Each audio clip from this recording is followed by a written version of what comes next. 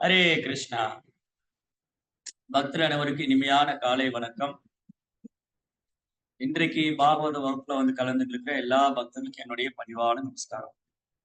ஸ்ரீமத் பாகவதம் 2ஆம் ஸ்கந்தம் 7வது அத்தியாயம்.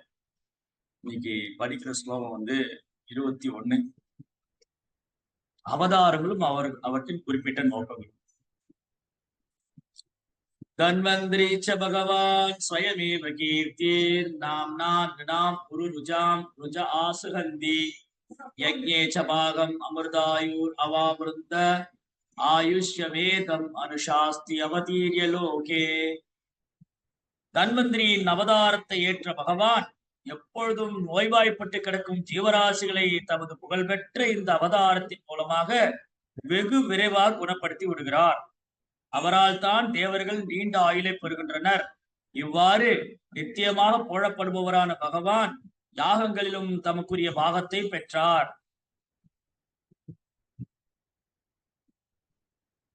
மருத்துவ விஞ்ஞானத்தை அல்லது மருந்து பற்றிய அறிவை பிரபஞ்சத்தில் ஆரம்பித்து வைத்தவரும் அவரே ஆவார்.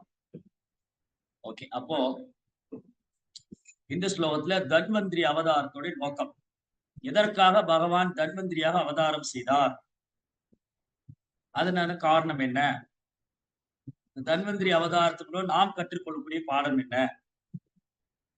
சில தினங்களுக்கு முன்னாடி நம்ம பார்க்கடல் கடையும் லீலையை பத்தி படிச்சோம். திருப்பார்கடல் கடைவது. அந்த திருப்பார்கடல் கடையும் போது அதுல எண்ணற்ற பொருட்கள் வந்தது. ஆனா அது முக்கியமா பார்க்கடல் கடைஞ்ச நோக்கமே நானே சொல்லிடக்கூடாது, கேள்விக்க. சரி, இந்த பார்க்கடல் லீலை யார் ஞாபகம் வச்சிருக்காங்க? நேற்றைய வகுப்பை கேட்டாலே நாங்க சொல்ல மாட்டோம். சில தினங்களுக்கு முன்னாடி சொன்ன பார்க்கடல் கடையில லீலையை கேட்டா நாங்க எப்படி சொல்லுவோம்? பார்க்கலாம் யார் சொல்றாங்க. 2 பார்ட்டா நம்ம போட்டிருந்தோம். திருப்பார்கடல் கடை இருக்கு. அதுல இருந்து என்ன கத்துக்கிட்டோம்? யார் சொல்றாங்க? பரீட்சை. ஹரே கிருஷ்ணா பிரபு. நமஸ்காரம் பிரபு. சொல்லுங்க. பக்தி பாதையில முன்னேறதுக்கு நிறைய தடைகள் வரணும். எடுத்த உடனே ஹை லெவல்ல போயிடணும்னு நினைக்க கூடாது. பொறுமையா இருக்கணும் அப்படின்றது பிரபு. பல்வேறு தடங்கல்கள் வரலாம், பல்வேறு வசதிகள் வரலாம், பௌதிக வசதிகள் வரலாம், பௌதிக தடங்கல்கள் ஏற்படலாம். தொடர்ந்து நம்ம முயற்சி பண்ணிக்கிட்டே இருக்கணும். சரி, வெரி குட். அப்புறம் வேற என்ன தெரிஞ்சுக்கிட்டு? அவ்வளவுதானா? 2 வீடியோ 1.5 மணி நேரம் வச்சுட்டாலும் 3 மணி நேரம். 3 மணி நேரம் பேசினதுல ஒருத்தர் ஒரு பாயிண்ட் தான் சொல்லியிருக்கிறார். பார்க்கடல் கடைந்த லீலை. சரி, போட்டோம். சோ பார்க்கடல். ஹரே கிருஷ்ணா பிரபு. சொல்லுங்க. ஒரே லீலையில பல அவதாரங்கள் எடுத்தார் பிரபு.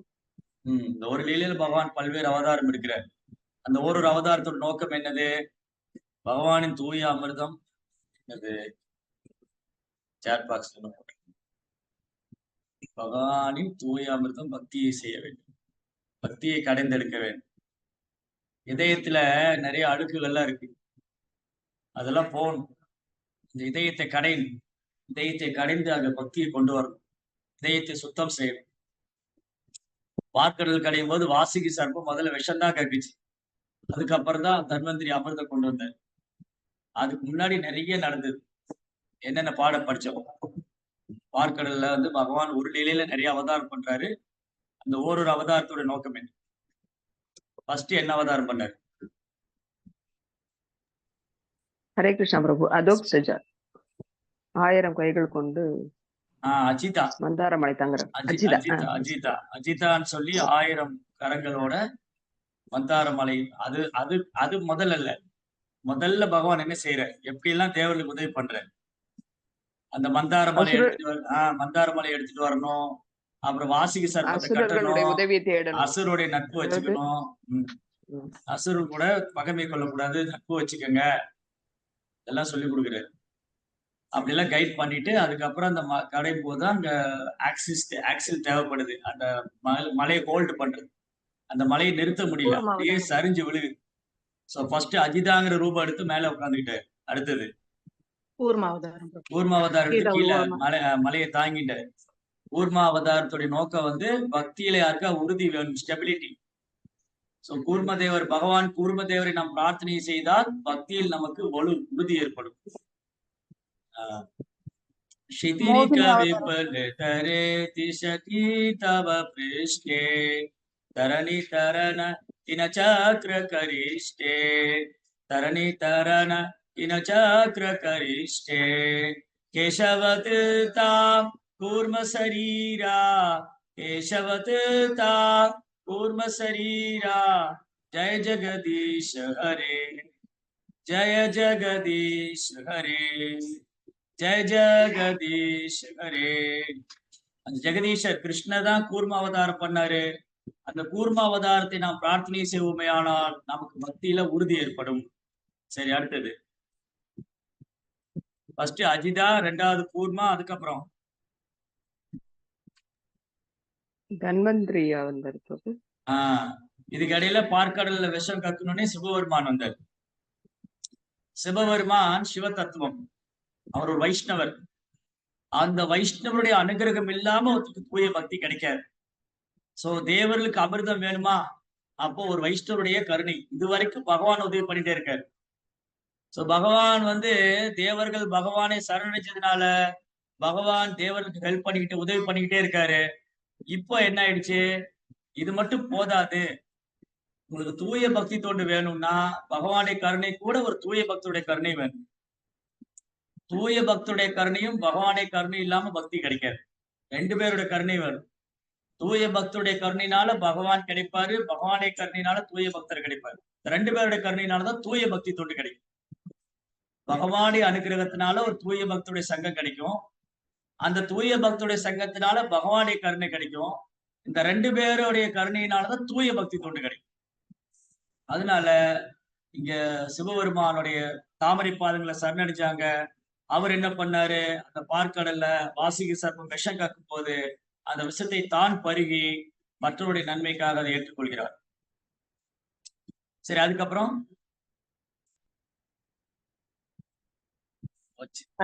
மோகினி அவதாரம் பிரபு. இல்ல, மோகினி இல்ல. யாரு? மகாலட்சுமி தாயார் வராங்க பிரபு. அவங்கள பார்த்து நிறைய அதுல பேர் வந்தாங்க. மகாலட்சுமி வந்தாங்க, எல்லாம் வந்தாங்க. அவதார் பகவானுடைய அவதாரம் யார் வந்தாங்க? தன்வந்திரி. தன்வந்திரி பெருமாள் தன்வந்திரி அவதாரம் பண்ற அமிர்தம் எடுத்துன்னு வர. எதுக்காக தன்வந்திரி அமிர்தம் எடுத்துன்னு வராரு? தன்வந்திரிக்கு 4 கரங்கள். ஒரு காலத்துல சக்கரம் சங்கம், இன்னொரு கரத்துல சக்கரம், இன்னொரு கரத்துல அமிர்த கலசம், இன்னொரு கரத்துல அட்டைப்பூச்சி வச்சிருப்பாரு. 4 கையில 4 இருக்கும். ஒரு கையில அட்டைப்பூச்சி இருக்கும், அட்டைப்புழு இருக்கு இல்லையா, அட்டைப்புழு அது ஒரு கையில இருக்கும். ஒரு கையில அமிர்த கலசம் இருக்கும், ஒரு கையில சங்கம், ஒரு கையில சக்கரம், இந்த மாதிரி இருக்கும். சரி, இப்போ தன்வந்திரி பெருமாள் எதுக்காக அமிர்தம் கொண்டு வராரு?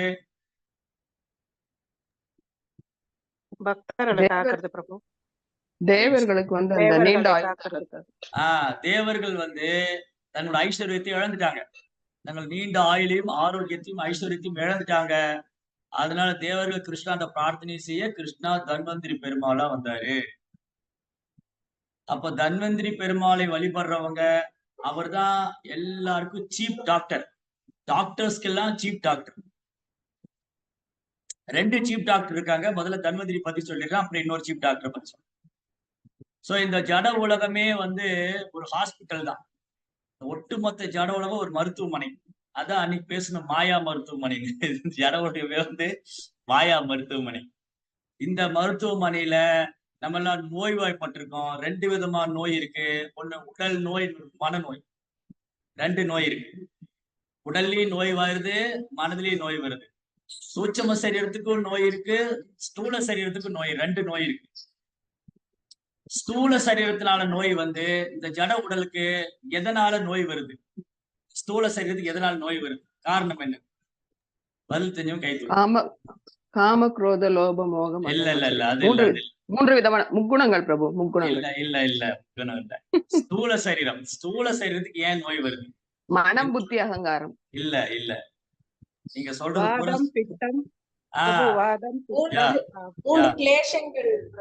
கபவாத பித்தம். இந்த 3 நாள்தான் இந்த உடம்புல நோய் வரும். இந்த ஜட உடலுக்கு வர நோய் வந்து கபத்தினால வரும், அப்புறம் வாதத்தினால வரும், அப்புறம் பித்தத்தினால வரும். கபவாத பித்தம். எப்ப நம்ம இந்த ஜட உடல் எடுத்துக்கிட்டோமோ அப்பவே இந்த 3 விதமான நோயில ஏதோ ஒன்று தொடர்ந்துகிட்டே இருக்கும். அதனாலதான் இந்த ஜட உடல் எடுத்துக்கிட்டாலே ஜென்ம மிருத்து ஜரா வியாதி துக்க தோஷான்னு தர்சனம். இத முதல்ல ஞாபகப்படுத்திக்கணும்.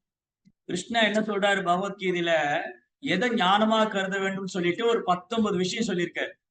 அமானித்துவம், அதமித்துவம், அகிம்சா, சாந்தி, ஆஜமம், ஆச்சாரியோபாசனம் இப்படி எல்லாம் சொல்லி அதுல வந்து ஜன்ம மிருத்து ஜராவியாதி துக்க தோஷான்னு தர்சனம். பிறப்பு, இறப்பு, முதுமை, நோய் இவற்றை அறிபவன், இவற்றை அறிந்து வைத்திருப்பவன் தான் அறிஞன். இவற்றை அறிந்து வைப்பவன் தான் கற்றறிந்தவன். இவற்றை அறிந்து வைத்திருப்பவன் தான் பண்டிதன். அப்ப யார் கற்றறிந்தவன், பண்டிதன், அறிஞன்னு சொன்னா, ஜென்ம மிருத்து ஜராவியாதி, பிறப்பு, இறப்பு, முதுமை இதை பற்றி கவனம், இதில் கவனம் செலுத்துவன், இதை பற்றி அறிந்து கொள்பவன். ஏன் பிறப்பு ஏற்படுகிறது, ஏன் இறப்பு ஏற்படுகிறது, நான் எங்கிருந்து பிறந்தேன், நான் இறந்ததுக்கு அப்புறம் என்ன ஆகப் போகிறேன், எனக்கு ஏன் நோய் வருது, எனக்கே வயதாகுது, இது மாதிரி கேள்வி கேட்க இதற்கான தேடுதல் பண்றது, இதை கவனிப்பவனே அறிஞன், பண்டிதன், கற்றவன். ஆனா இன்னைக்கு பெரும்பாலான மக்கள் இதை பத்தி யோசிக்கிறதே இல்லை. எப்ப யோசிப்பாங்க, வயசானதுக்கு அப்புறம் யோசிப்பாங்க, ஐயோ எனக்கு வயசாயிடுச்சு, ஏன் வயசாச்சு, இதெல்லாம் அதைத்தான் செய்யும் அப்படின்னு கடந்து போறாங்க. இல்லாட்டி இளமையா தன்னை வச்சுக்கிறதுக்கு என்னென்ன முயற்சி பண்ணுமோ அதெல்லாம் பண்றாங்க. அங்கங்க டை அடிச்சுக்கிறது, கலர் கலரா டை போட்டுக்கிறது, அப்புறம் பியூட்டி பார்லர் போய் தன்னை அழகுபடுத்திக்கிறது, தலையில விக்கல்ல வச்சுக்கிறது, இந்த மாதிரி தன்னை இளமையா இருக்கிற மாதிரி காமிச்சுக்க பாக்குறாங்க. ஆனா முதுமை வந்து நெருங்கிக்கிட்டே இருக்கு. முதுமை நெருங்குற அடையாளம், முதுமை ஒருத்தருக்கு வயசாயிருச்சுங்கிறதுக்கான அடையாளம் என்னது? 4 விதமான அடையாளம் இருக்கு. என்னது அது? பதில் தெரிஞ்சவங்க கை தூக்கு, இல்ல சாட் பாக்ஸ். முதுமை ஒருத்தருக்கு, முதுமை வந்து தலைமுடியெல்லாம் நரைச்சிடும். ரைட். அப்புறம் நரை, திரை பிரபு, கண்ணுல வந்து பார்வை மங்குது. கண் பார்வை மங்கிடும், கண் பார்வை குறைஞ்சிட்டே போகும். அப்புறம் பல்லு விழுந்துரும், பல்லுங்க பல்லெல்லாம் கழட்டு போயிடும், பல்லெல்லாம் போயிடும். அப்புறம் பல்லு விழுந்துரும், தோல் சுரக்கம், தோல் எல்லாம் சுருங்கிரும். அப்புறம் கல்லீரல்ல சளி அடைச்சிடும் பிரபு. கல்லீரல்ல போய் சளி அடிச்சுக்குமா? சரி. அப்புறம் உடம்புள்ள எலும்புகள்லாம் தேய்மானம் ஆயிடும். உடம்புள்ள எலும்பு, கை கால் நடுக்கும் பிரபுஜி, கை கால் நடுக்கும். எஸ், நரம்பு தளர்ச்சி, உடம்புள்ள எலும்பெல்லாம் தேய்மானம் ஆயிடும், மூட்டு வலி வந்துரும், உட்கார்ந்தா எந்திரிக்க முடியாது, நடக்க முடியாது, மூட்டு வலி. ஆனா இதெல்லாம் இன்னைக்கு சின்ன வயசுல எல்லாருக்கும் வர ஆரம்பிச்சிருச்சு. ஒரு காலத்துல முதுமை என்பது 50-60 வயசுக்கு மேலதான் கண் பார்வையில கோளாறு, அப்புறம் வந்து நரம்பு தளர்ச்சி, அப்புறம் மூட்டு வலி, அப்புறம் தலை நரைப்பு, இதெல்லாம் வந்து ஒரு 50-60 வயசுக்கு மேலதான். ஆனா பாருங்க, இன்னைக்கு பிறந்த குழந்தை சின்ன வயசுலயே கண்ணாடி போட்டு இருக்கு. அதுக்கப்புறம் ஆல் டிசீஸ் வில் கம், எல்லா நோயும் வரும், வயசாயிட்டா எல்லா நோயும் வந்துருமா. அதுக்கப்புறம் சின்ன வயசுல அவனுக்கு மூட்டு வலிங்கிறான், பேக் பெயின்ங்கிறான். காரணம் என்னதுன்னா, நாம் உண்ணக்கூடிய உணவு சத்தான உணவு இல்லை, ஆரோக்கியமான உணவு இல்லை. நம்ம ரசாயன கழிவுகளை தான் உண்றோம், ரசாயனத்துல போடப்பட்ட உணவு பண்டங்களை தான் உண்றோம். டைரக்டா நம்ம உணவை சாப்பிடுறது, உணவு பண்டங்களை தான் சாப்பிடுறோம். சரி, அது இருக்கட்டும். சரி, இப்ப என்னன்னா, இந்த வயோதிகம், அதே மாதிரி நோய் வந்து எப்ப நம்ம ஜட உடல் எடுத்துக்கிட்டோமோ, இந்த ஜட உடல் எடுத்த உடனே பிறக்கிறோம். அதுக்கப்புறம் இறப்பு நிச்சயம், பிறக்கப்பட்ட அனைவருக்கும் இறப்பு நிச்சயம். ஜாதசிகி திருவம் மிருத்யு திருவம் ஜன்ம மிருத்ய தஸ்மாத் அபரிகாரத்தின் அத்வம் சோஷித மருகசி.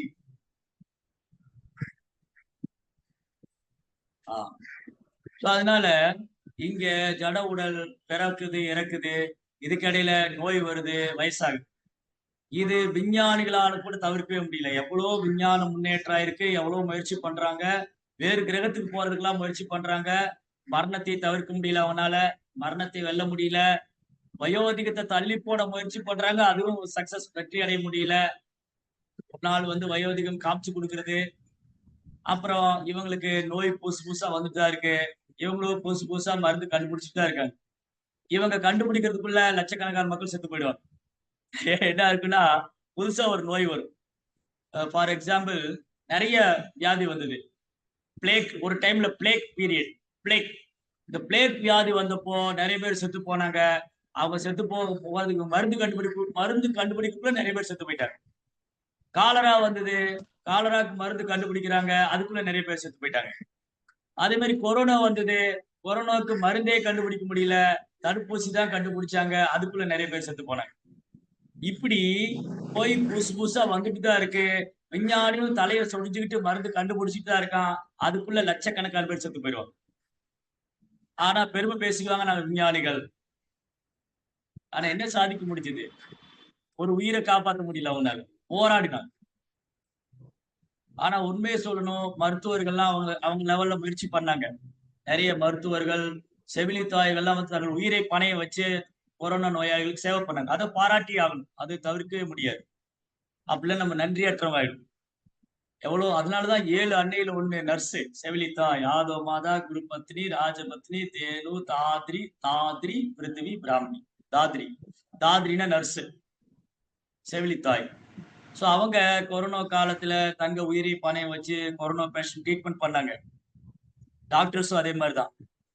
சோ அவங்க தங்க லைஃப் வந்து அவங்களுக்கு ஏன்னா யாருமே சொந்தக்காரங்க வரை பெற்ற அன்னை தந்தை பிள்ளைங்க வர கொரோனா பேஷண்ட் கிட்ட போக மாட்டாங்க. சாப்பாடு கூட தூரமா வச்சுட்டு போயிடுவாங்க. கிட்ட எல்லாம் வர மாட்டாங்க. ஆனா இவங்க 2-3 ட்ரெஸ் போட்டு அதுக்கு மேல இந்த பிபி ட்ரெஸ் எல்லாம் போட்டு ரொம்ப கஷ்டப்பட்டு தான் ட்ரீட்மெண்ட் பண்ணாங்க.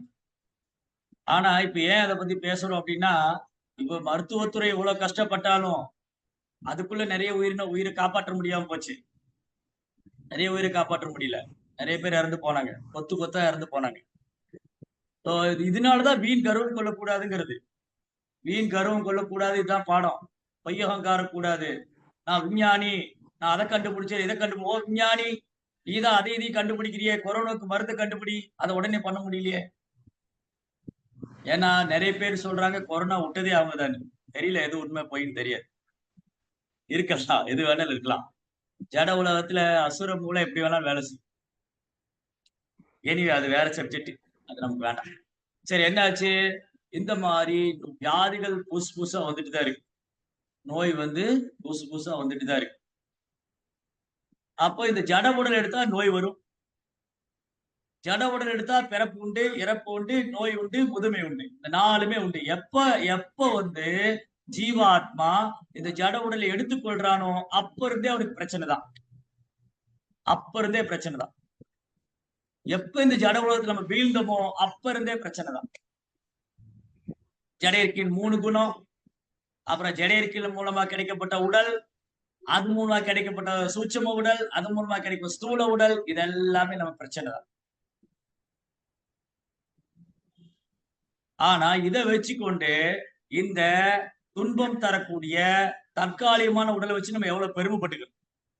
ரொம்ப பெருமைப்படுறோம், கௌரவப்படுறோம், கர்வப்படுறோம். நான் விஞ்ஞானி, நான் டாக்டர், நான் சயின்டிஸ்ட். ஆனா என்ன கண்டுபிடிக்க முடியும்? அப்படியே இவங்க ஏதாவது கண்டுபிடிச்சாலும் இதுக்கெல்லாம் ஆரிஜின் யாருன்னு பின்னாடி போனா இவர் தான், தன்வந்திரி தான். ஏன்னா மருத்துவத்துக்கு ஆதாரம் ஆயுர்வேதம். மருத்துவத்துக்கு ஆதாரம் மெடிசின், மருந்து. மருந்து எங்கிருந்து வந்தது? அந்த மருத்துவ குணம் எங்கிருந்து வருது? அது அது அது அதுக்கான மூலிகைகள் எல்லாமே வந்து தன்வந்திரி பெருமாள் இருந்தவர். அதனாலதான் அவர் தான் சீஃப் டாக்டர். டாக்டர்களுக்கெல்லாம் டாக்டர்.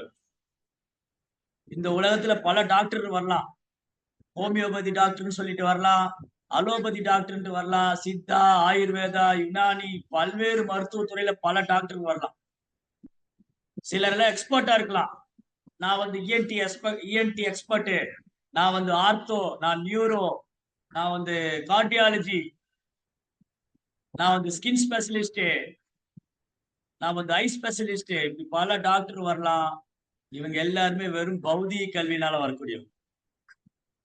இவங்களுக்கு அந்த துறையை கூட முழுமையா சொல்ல முடியாது. பக்கவாதம் வந்தது, டாக்டர்கள் கண்டே பிடிக்க முடியல ஏன் வந்தது, எப்படி வந்தது, கடைசியில் எப்படி க்ளோஸ் பண்ணாங்க? எப்படி வந்ததுன்னே தெரியலன்னு சொல்லி க்ளோஸ் பண்ணிட்டாங்க. ஏதாவது காரணமா இருக்கலாம், அப்படிதான் ஃபைல் க்ளோஸ் பண்றாங்க. சோ அதனால இவங்களோட இந்த ஏட்டறிவு, இந்த பௌதிக கல்வி வச்செல்லாம் மருத்துவங்கிறது. மருத்துவம் வேதத்தின் ஒரு பாகம்.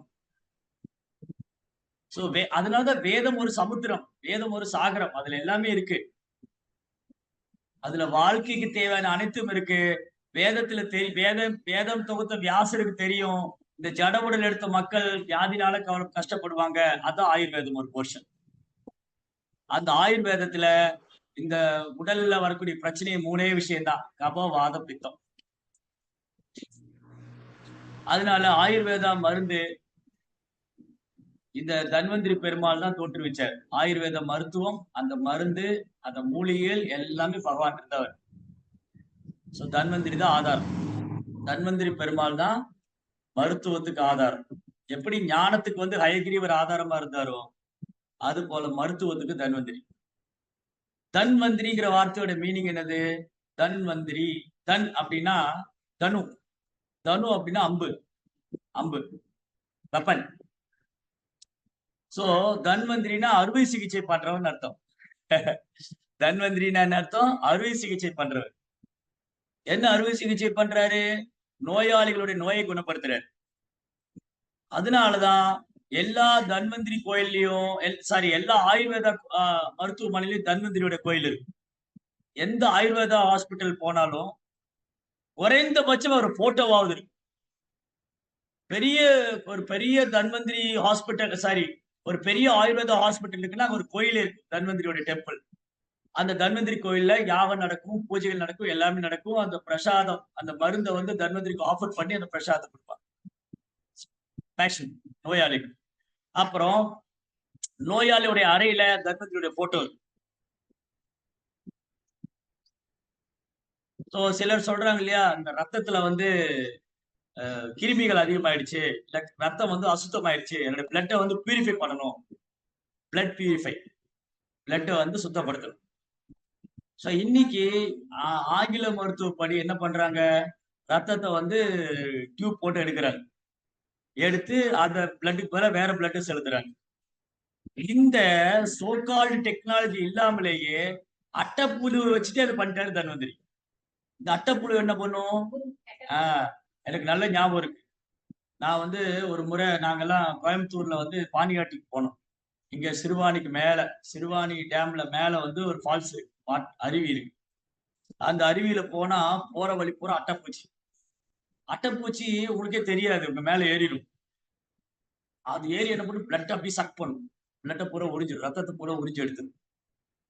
கொஞ்ச நேரம் கழிச்சுதான் தெரியும் உங்களுக்கு அட்டைப்பூச்சி கடிக்கும் போதுதான், ஐயோ என் பிளட்டை பூரா எடுத்துருச்சு. அது சின்னதா ஊசி போட்ட மாதிரி தான் இருக்கும். அட்டைப்பூச்சி கடிக்கும் போது ஃபர்ஸ்ட் சும்மா ஒரு ஊசி போட்ட மாதிரி இருக்கும், அவ்வளவுதான். அதுக்கப்புறம் தெரியாது, கொஞ்ச நேரம் கழிச்சு நமக்கு தெரியும் அது பிளட் பூரா சக் பண்ணிடும். பாருங்க, இயற்கை இதான் இயற்கையோட சக்தி. கிருஷ்ணா அதான் இந்த முட்டாள்கள் நினைக்கிறாங்க இயற்கை தானா இயங்குது, தானா செயல்படுது. இயற்கை சார்ந்த எதுவும் தானா செயல்படாது. அதுக்கு பின்னாடி பகவானுடைய திட்டம் ஒண்ணு இருக்கு. அட்டைப்புழுவை பகவான் படைச்சதே என்னது? நம்ம கெட்ட ரத்தத்தையெல்லாம் உறிஞ்சு எடுத்துரும். ரத்தத்தை உறிஞ்சு எடுத்து அந்த அட்டைப்புழுவை முதல்ல என்ன பண்ணுவாங்க, ஆயுர்வேதா ஹாஸ்பிட்டல்ல ஒரு பேஷண்ட் சேர்ந்த உடனே அவர் அந்த அட்டைப்புழு வச்சு அவங்க பிளட் எல்லாம் எடுப்பாங்க. எடுத்து அதை டெஸ்ட் பண்ணி அதை வந்து திரும்பவும் வந்து பண்ணுவாங்க, பியூரிஃபை பண்ணுவாங்க. அதுக்கான மெடிசன் எல்லாம் தருவாங்க. இப்படி இது ஒரு எக்ஸாம்பிள். இந்த மாதிரி ஒருனுக்கு இருக்கு ட்ரீட்மெண்ட். கபம் வந்தா என்ன ட்ரீட்மெண்ட், என்ன மூலிகை தரணும், அதுக்கான மருந்து என்ன, வாதத்துக்கான மருந்து என்ன, பித்தத்துக்கான மருந்து என்ன, இதெல்லாம் இயற்கையா நமக்கு. அதுதான் நம்மளுடைய உணவு வந்து இயற்கை உணவா இருந்தது. நம்ம என்ன உணவு சாப்பிட்டா இயற்கை உணவு. இன்னைக்கு வந்து நம்ம உணவுல இயற்கை குணம் இருக்கு. மஞ்சள், ஜீரகம், குருமிளகு, இஞ்சி, இதெல்லாம் இயற்கை குணம், இயற்கை மருத்துவம். இதுக்கு நேச்சுரலாவே மெடிசின் அது. ஆனா இது கொஞ்சம் கொஞ்சமா இருந்து விலகிட்டு இருக்கிறோம். சிலதெல்லாம் இது கமர்ஷியலாவும், சிலதெல்லாம் இதை வந்து கெமிக்கல் போட்டு பண்றாங்க. பட் ஆனா இந்த இயற்கை உணவு சாப்பிட்டதுனாலே ஒருத்தர் ஆரோக்கியமா இருந்திருக்கு.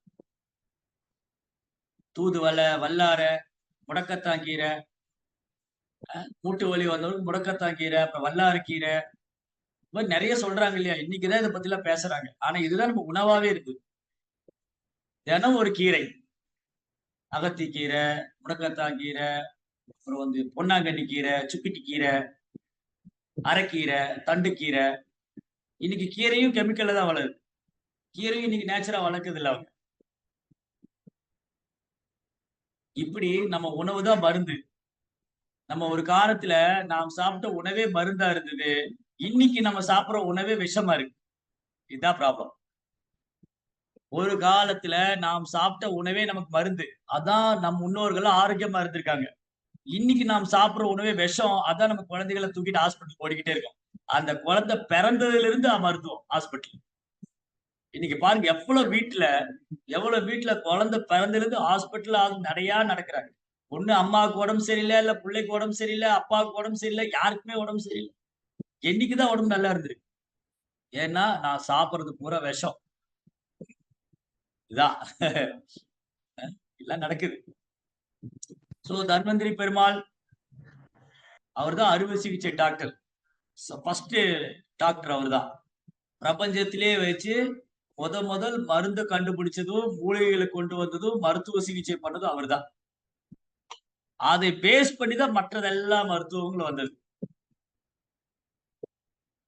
இன்னைக்கு சொல்ற இந்த அலோபதி மெடிசின் கூட இதுல இருந்து தயாரிக்கிறது தான்.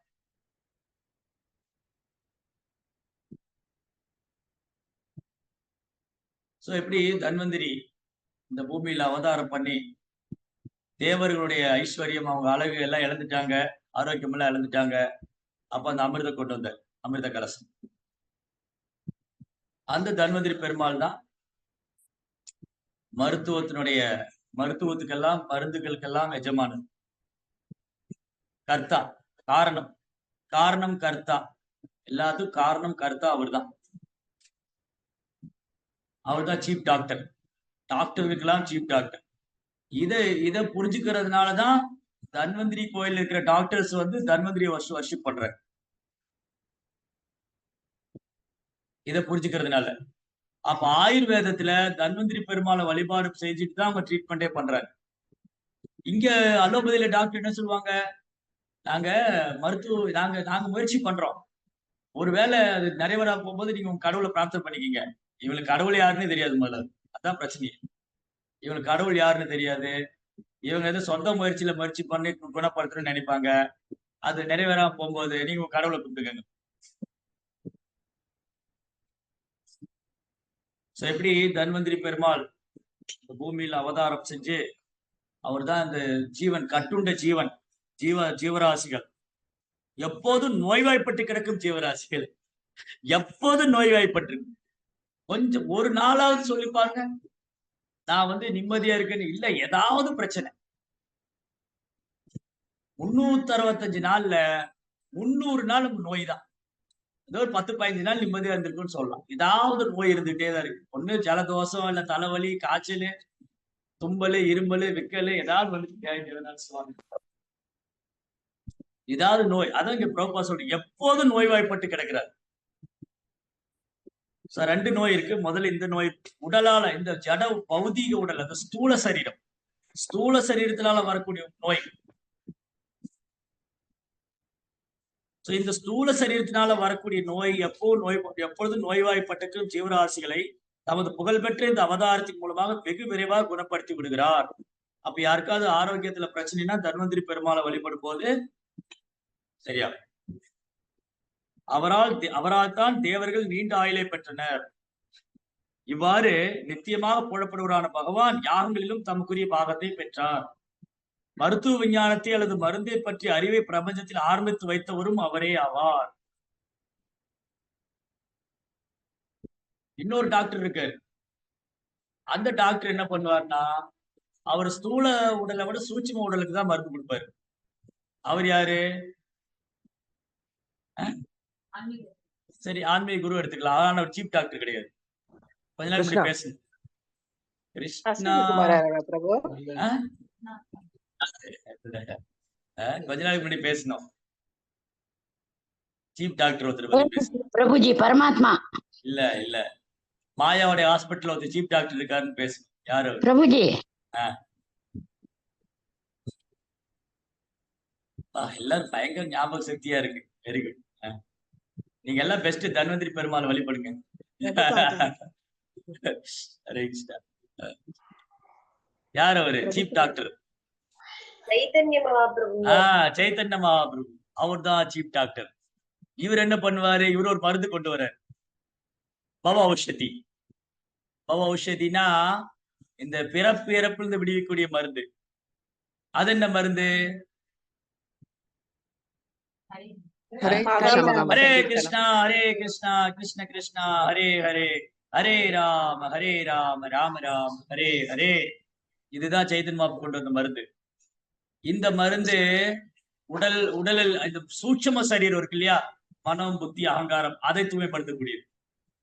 சோ ஜீவராசி எப்போது நோய்வாய்ப்பட்டிருக்கான்னு என்ன அர்த்தம்? ஒண்ணு ஸ்தூல சரீரத்தினால் நோய்வாய்ப்பட்டு அவதிப்படுறான், இல்ல சூட்சும சரீரத்தினால் நோய்வாய்ப்பட்டு அவதிப்படுறான். மொத்தத்துல இந்த ஜட உலகத்துல அவதிப்பட்டுக்கிட்டே இருக்கான். அவதிப்பட்டு, துன்பப்பட்டு, துயரப்பட்டு, கஷ்டப்பட்டு, இப்படிதான் வாழ்க்கை. பட்டு பட்டு பட்டு கடைசியில காஞ்சி பட்டே போச்சு. நீ காஞ்சி பட்டு எல்லாம் போயிடுச்சு.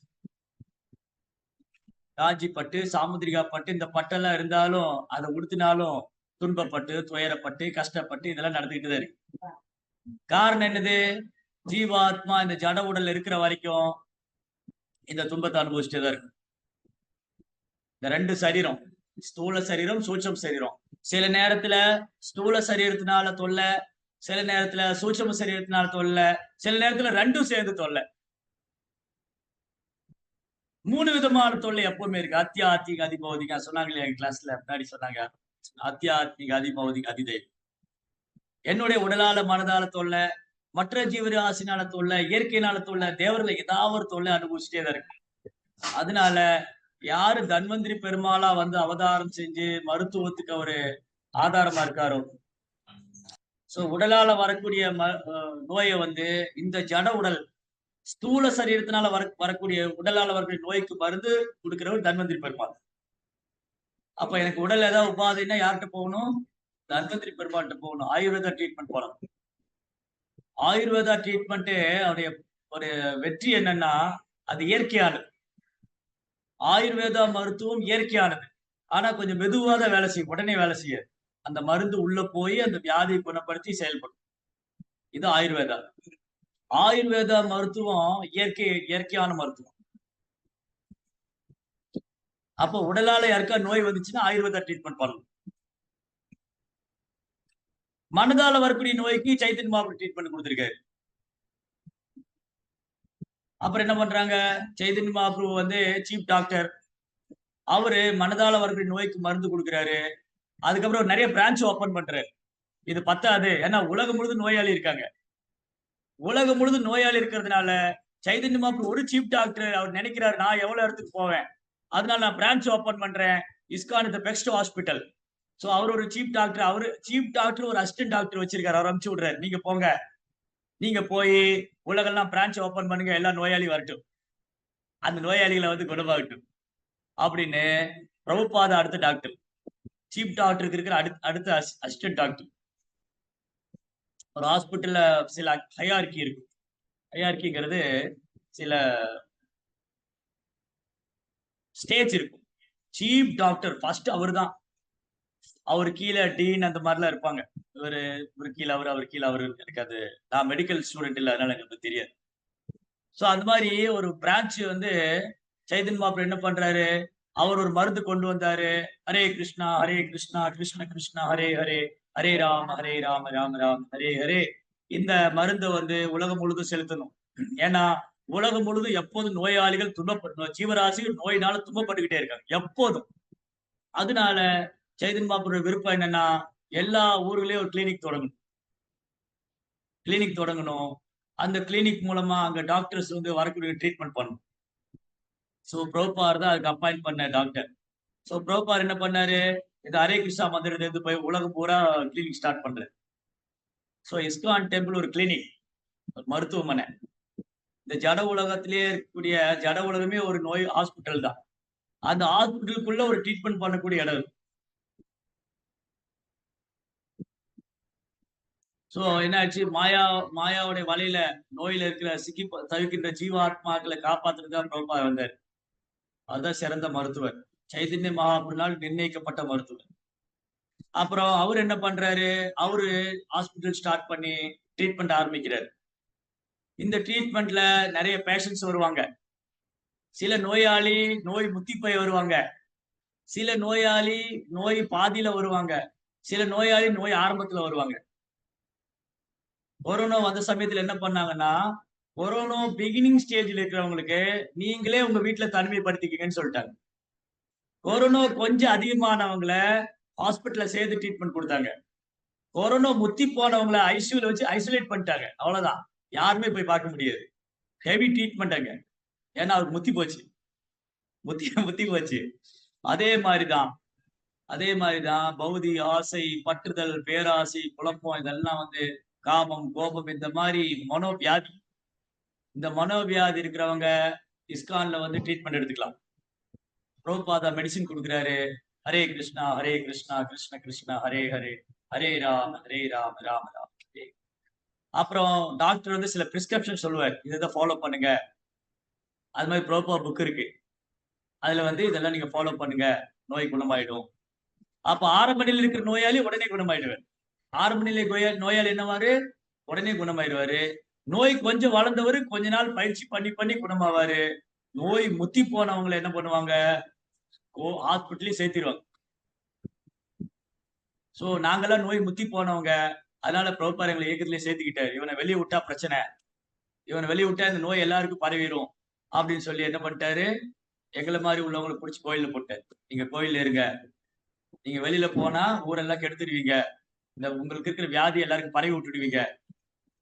உனக்கு காமம், கோபம், பேராசை எல்லாம் இருக்கு, பொறாமை இருக்கு, இந்த குணத்தோட நீ வெளியே சுத்திட்டு இருந்தா எல்லாருக்கும் ஆபத்து, இவனை பிடிச்சி உள்ள போடுங்க அப்படின்னு பிரபுபாதா நம்மளை தூக்கி உள்ள போட்டேன். இப்ப வந்து ஹெவி ட்ரீட்மெண்ட் நடக்குது. சிலருக்கு இந்த வியாதி பாதி இருக்கு, வந்து போறாங்க, மருந்து எடுத்துக்கிறாங்க, போறாங்க, மருந்து எடுக்கிறாங்க, போறாங்க. சிலருக்கு ஆரம்ப நிலையில இருக்கு, அவங்கள வந்து லைட்டான மருந்துலேயே குணப்படுத்து. சாத்வீகமான குணத்துல இருக்கிறவங்களுக்கு மருந்து ஒரு தடவை சாப்பிட்டாலே குணமாயிரும் நோய். அதாவது என்ன ஆகுதுன்னா, ஆரம்ப நிலையில இருக்கிறவங்களுக்கு ஒரு தடவை மருந்து கொடுத்தாலே குணமாயிடும். அப்ப போய் சண்டை போடக்கூடாது டாக்டர். என்ன டாக்டர், அவனுக்கு மருந்து கொடுத்தீங்க உடனே குணமாயிருச்சு, எனக்கு குணமே, உனக்கு நோய் அதிகமா இருக்கியா, அவனுக்கு நோய் கம்மியா இருக்கு இல்லையா? நோய் கம்மியா இருக்கிறவங்களுக்கு உடனே மருந்து கொடுத்தா சரியாயிடும். நோய் அதிகமா இருக்கணும், நிறைய மருந்து சாப்பிட்டுக்கிட்டே இருக்கணும். சோ சாத்வீகமான குணத்துல இருக்கிறவங்க உடனே குணமாயி பக்தி தொழில முன்னேற்றமாயி பக்தியில பக்குவமாயிட்டே வருவாங்க. ரஜோகுணத்துல மருந்து சாப்பிட்டுக்கிட்டே இருக்கணும். தமோ குணத்துல ஒண்ணு பிடிச்சு உட்கார வச்சு நிறைய ட்ரீட்மெண்ட் பண்ணணும், அறுவை சிகிச்சை பண்ணும், ஆபரேஷன் பண்ணும். சோ இப்படி டிஃப்ரெண்ட் லெவல் இருக்கு. சோ இந்த மாதிரி கலியுகத்துல துன்பப்படுற ஆத்மாக்களை காப்பாற்றுவதற்காகவே வந்த அவதாரங்கள் தன்வந்திரி பெருமாள், சைத்தன்ய மகாபிரபு, அவரது தூதர்களான பிரபுபாதர் போன்றவங்க, இறை தூதர்கள், ஆச்சாரியர்கள். முதல்ல நம்ம ஒத்துக்கணும், நான் பேஷண்ட். இங்க பிரச்சனை என்னன்னா, நான் பேஷண்ட்னே யாருக்கு தெரிய மாட்டேங்குது. நீங்க ஒரு பைத்தியக்கார பேஷண்ட போய் நீங்க பைத்தியக்காரன்னு ஒத்துக்க மாட்டான். என்ன நீ பைத்தியம் சொல்ற, ஆனா பைத்தியத்தை ஒத்துக்க மாட்டான் இல்லையா? ஒரு பைத்தியக்கார பேஷண்ட் வந்து தன்னை பைத்தியக்காரன்னு ஒத்துக்க மாட்டான். அதே மாதிரிதான் இங்க மாயனுடைய பிடியில் இருக்கிற நாம் நோயாளின்னு ஒத்துக்க மாட்டேங்க. நான் நோயாளி, நான் நோய்வாய்ப்பட்டிருக்கேன், நான் துன்பப்பட்டுக்கிட்டு இருக்கேன் அப்படின்னு ஒத்துக்க மாட்டேங்க. நான் நல்லா தானே இருக்கேன், என் உடம்பு நல்லா தானே இருக்கு, நான் இங்க நல்லா அனுபவிச்சுதானே இருக்கேன். ஆனா உனக்கு அறியாமைங்கிற நோய் இருக்கே, அதனாலதான் உனக்கு புரியல. நீ அறியாமைங்கிற நோய் இருக்க, நீ யாருன்னே உனக்கு புரியல, நீ உன்னை உடல்ல நினைச்சிட்டு இருக்க, அந்த நோயை குணப்படுத்தணும். ஆனா கேட்க மாட்டேன். இப்படி முதல்ல நாம் நோயை நாம் ஒப்புக்கொள்ள வேண்டும், நமது நோயை நாம் ஒப்புக்கொள்ள வேண்டும். அப்பதான் சிகிச்சை பலனளிக்கும். நான் நோயை ஒத்துக்காம சிகிச்சை எடுத்துக்கிட்டா எப்படி பலனளிக்கும்? சிலருக்கு அப்படிதான். சிலருக்கு பொய் அகங்காரருக்கு ஒத்துக்க மாட்டேங்கிறாங்க, சிலருக்கு கோபம் வருது ஒத்துக்க மாட்டேங்கிறாங்க, சிலருக்கு எனக்கு கோபம் தான் என்னுடைய நோய், நான் அதை குணப்படுத்தணும், எனக்கு காமம் நோய், அதை குணப்படுத்தணும், எனக்கு அறியாமை நோய். இப்படி இந்த 6 விதமான நோய் இருக்கு. காமம், கோபம், பேராசை, பொய் அகங்காரம், அறியாமை, பொறாமை. இந்த நோயை நான் முதல்ல எனக்கு இருக்குன்னு கண்டுபிடிக்கணும். கரெக்ட், எனக்கு இருக்கு. சரி, இதை எப்படி குணப்படுத்துறது? அதுக்கு தீவிரமான சிகிச்சை எடுத்து தீவிர சிகிச்சை. ஆக்சுவலி உண்மையில சொல்ல போனா நம்மள எல்லாம் தீவிர சிகிச்சை பிரிவுல தான் வச்சிருக்கோம். ஐசியூல போனா, இன்டென்சிவ் கேர் யூனிட்ல ஐசியூல போனா டாக்டர் நர்ஸ் எல்லாம் பரபரப்பா இருப்பாங்க. ஏன்னா பேஷண்ட்டுக்கு ரொம்ப சீரியஸா இருக்கு. சீரியஸ் பேஷண்ட் தான் கொண்டு போவாங்க. அந்த மாதிரி இன்னைக்கு ஜட உலகமே சீரியஸ் கண்டிஷன்ல தான் இருக்கு. என்ன சீரியஸ் கண்டிஷன்? கிருஷ்ணாவை மறந்து போய் தி ஹோல் மெட்டீரியல் வேர்ல்டும் ஜட உலகம் முழுவதும் நோய்வாய்ப்பட்டு அறுவை சிகிச்சை பண்ணக்கூடிய கண்டிஷன்ல தான் இருக்கு. அறுவை சிகிச்சை பண்ணக்கூடிய கண்டிஷன்ல. அதனால இப்ப ட்ரீட்மெண்ட் வந்து ஹெவியா கொடுக்க வேண்டியது. அப்போ கிருஷ்ணா பற்றி கேட்கறதா அது மருந்து. கிருஷ்ணா பற்றி கேட்கணும், கிருஷ்ணாவுடைய நாமத்தை பாடணும், பிரபுபாத் புஸ்தகம் வாசிக்கணும், பாகவதம் படிக்கணும். இதுதான் ட்ரீட்மெண்ட். இந்த ட்ரீட்மெண்ட்டை ஒழுங்கா பண்ணல அப்படின்னா முதல்ல நோய் இருக்கிறத ஒத்துக்கணும், 2வது ட்ரீட்மெண்ட் எடுத்துக்கணும். ஏன்னா நான் ட்ரீட்மெண்ட் எடுத்துக்கிறேன், எனக்கு குணமாவே மாட்டேங்குது, குணமே ஆக மாட்டேங்குது. எப்படி குணமாகும்? எங்க முயற்சி பண்றோம் நம்ம? நோய் குணமாகணும், நோய் குணமாகணும்னு முயற்சி பண்ணணும். சும்மா மேல இருந்த வரையும் மருந்து சாப்பிட்டா மட்டும் போதாது. இந்த மருந்து உள்ள போய் வேலை செய்யணும்னா எனக்கு அந்த அந்த என்ன நேத்து படிச்சோம் இல்லையா, ஆழமான பக்தி. அந்த ஆழமான பக்தியில தான் பகவான் பெரும் திருப்தி அடைந்தாருன்னு சொன்னார். அதனால மேலெழுந்து வாரியா பண்ண பத்தாது. இல்ல ஒரு மருந்து சாப்பிட்டு இன்னொரு மருந்து சாப்பிட மாட்டேன் அப்படின்னு பார்த்தது. டாக்டர் ஒரு 4 மருந்து கொடுத்தாருன்னா 4 மருந்தையும் சாப்பிடணும். டாக்டர் வந்து ஒரு 4 மருந்து கொடுத்தாருன்னா 4 மருந்தையும் சாப்பிடணும். இல்ல எனக்கு இந்த ஒரு மருந்து தான் பிடிச்சிருக்கு, மத்த 3 பண்ண மாட்டேன்னு சொன்னா நோய் குணமாகாது. அந்த மாதிரிதான் பக்தியில நாம ஜபம், பாகவதம் படிக்கிறது, பாகவதம் கேட்கறது, சேவை பண்ற மாதிரி பல மருந்துகள் இருக்கு இந்த நோய் குணமாகிறதுக்கு. விதவிதமான மருந்து சாப்பிடும் போது நமக்கும் போர் அடிக்காது. ஏன்னா நான் நோய்வாய்ப்பட்ட நிலையில இருக்கேன். ஏன் எனக்கு பக்தி போர் அடிக்குதுன்னா நோய்வாய்ப்பட்ட நிலையில. எப்ப எனக்கு பக்தி வந்து சுகமா இருக்கும்? நோய் குணமாகும் போது. இல்லையா? பிரபுபாத் உதாரணம் கொடுக்கிறாருல, என்ன உதாரணம் தராரு? மஞ்சக்காமாலை வந்தவங்களுக்கு என்ன மருந்து கொடுக்குறாங்க? சர்க்கரையை கொடுப்பாங்க, சுகர் கேன், கரும்பு சர்க்கரை. இந்த மஞ்சக்காமாலை வந்தவனுக்கு கரும்பு சர்க்கரை கொடுக்கும்போது அவன் கசக்குதுங்கிறான். ஆனா உண்மையில கரும்பு சர்க்கரை கசப்பு தன்மை உடையதா? இல்ல. ஏன் அவருக்கு கசக்குது? அவருக்கு நோய் இருக்கு. இந்த மஞ்சக்காமாலை நோய்க்கு அதுதான் மருந்து.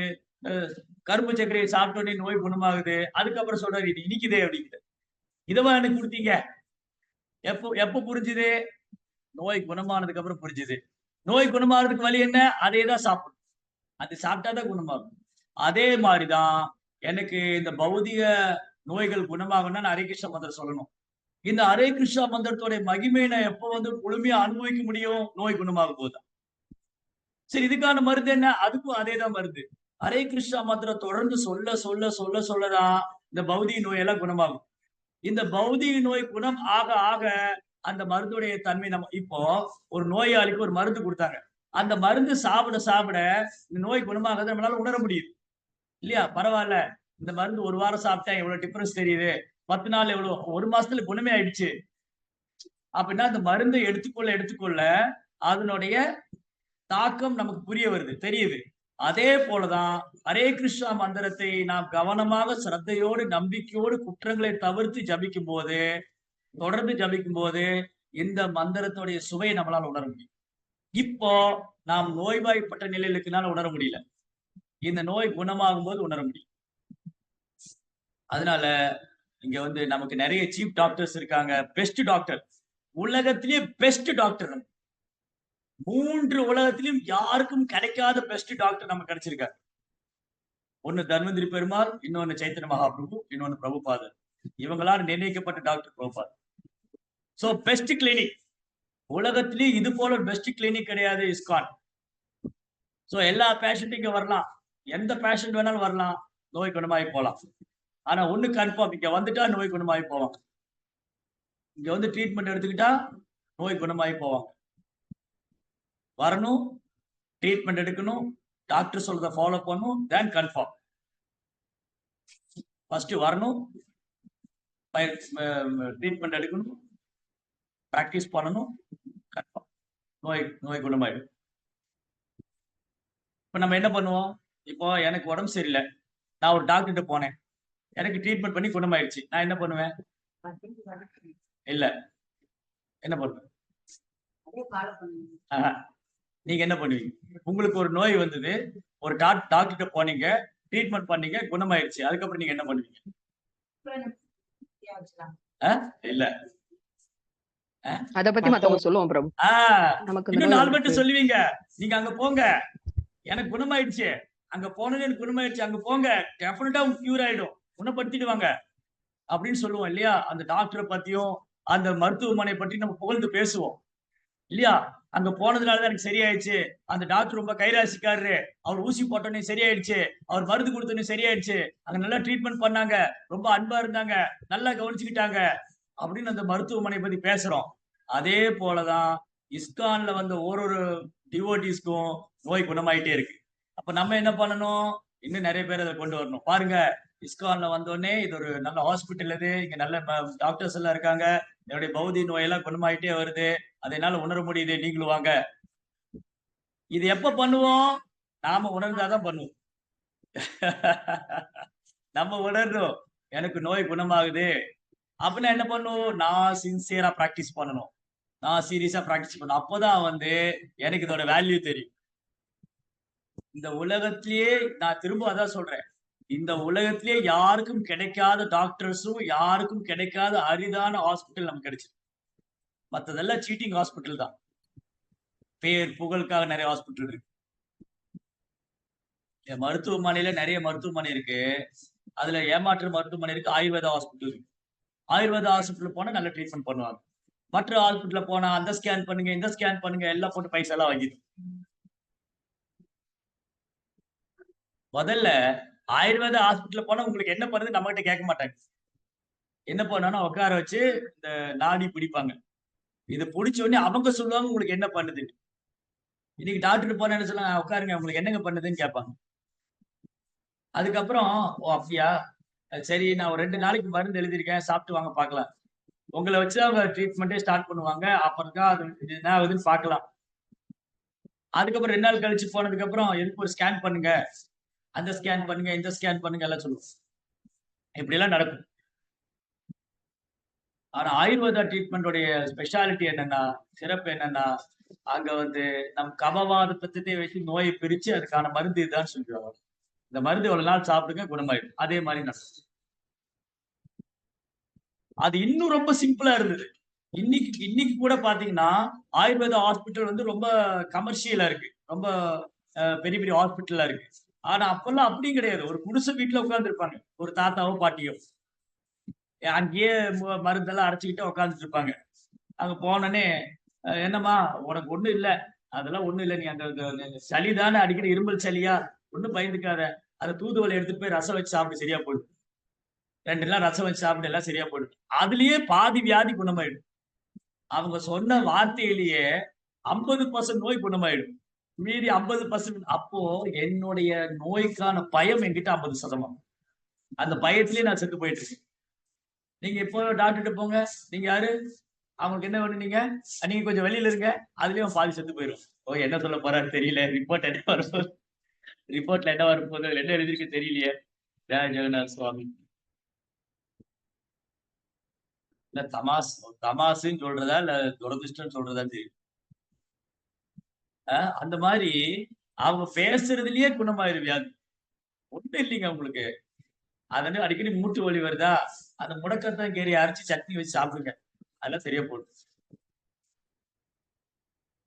மூட்டு வலியால் அவதிப்படுகிறீர்களா, எங்களது ஹாஸ்பிட்டலுக்கு வாங்க, இது ஒரு நவீன சிகிச்சை எல்லாம் சொல்லுவோம். கடைசியில் என்ன சொல்லுவாங்க, ஆபரேஷன் பண்ண போகும்போது இது ஒருவேளை சரியான ஆகலாம், ஏன்னா அவங்க ஹெல்த் எப்படின்னு தெரியாது, அவங்க எலும்பெல்லாம் தேய்மானம் ஆயிருக்கும், நாங்க ஒரு முயற்சி தான் பண்றோம் அப்படிதான் அதையும் சொல்லிடுவாங்க. அதனால இருக்கிறதுலே best hospital, best doctor, best medicine எல்லாமே நம்ம கையில இருக்கு. மனவியாதிக்கான ட்ரீட்மெண்ட் இங்க இருக்கு. அதே மாதிரி நாம் பிரசாதம் சாப்பிடும் போது ஏறக்குறைய உடல் வியாதியும் குறையுது. அப்கோர்ஸ் இன்னைக்கு பிரசாதம் கூட அந்த கெமிக்கலான உணவை தான் நான் சமைக்கிறோம், வேற வழி இல்லாம. என்ன பண்றது, உயிர் வாழ்றதுக்கா சாப்பிடணுமே. இன்னைக்கு சாப்பிட்ற உணவு பூரா ரசாயன கழிவு போட்டதுதான். அதுதான் சாப்பிடுறோம். ஒரு இந்த வருஷத்து பிரசாதமா அது பகவானுக்கு நிவேதனம் பண்ணி சாப்பிட்டுக்கிறோம், அவ்வளவுதான். எப்படி பார்த்தாலும் பக்தர்கள் வந்து பிரசாதம் உட்கொள்றதாலும் ஹரே கிருஷ்ணா ஜபிக்கிறதாலும் பெரும்பாலான நோயிலிருந்து தப்பிச்சுக்கிட்டாங்க. பெரும்பான்மையான நோயிலிருந்து தப்பிச்சுக்கணும், அவ்வளவுதான். சோ இப்படி நம்ம வாழும்போது ஆரோக்கியமா வாழலாம். ஹெல்த்தியான லைஃப், ஆரோக்கியமான வாழ்க்கை. எல்லாரும் விரும்புறது அதான், ஆரோக்கியமான வாழ்க்கை. ஆரோக்கியமான வாழ்க்கை, அப்படி ஆரோக்கியமான வாழ்க்கை இருந்தாதான் நிம்மதியான வாழ்க்கை. நிம்மதியான வாழ்க்கை இருந்தாதான் அமைதியான வாழ்க்கை. அதுக்கு கட்டாயம் ஒருத்தர் பிரபுபாதர் மாதிரி ஆச்சாரியரை பின்பற்றி ஹரே கிருஷ்ணா மந்திர ஜபம் பண்ணி பிரார்த்தனை பண்ணி நல்லா பிரசாதம் சாப்பிட்டு இயற்கையான உணவுகளை சாப்பிட்டு வாழ்றதுக்கு போயிடுச்சுக்கணும். ஹரே கிருஷ்ணா. ஜெய் ஸ்ரீல பிரபுபாத் கி, பாகவதம் கி.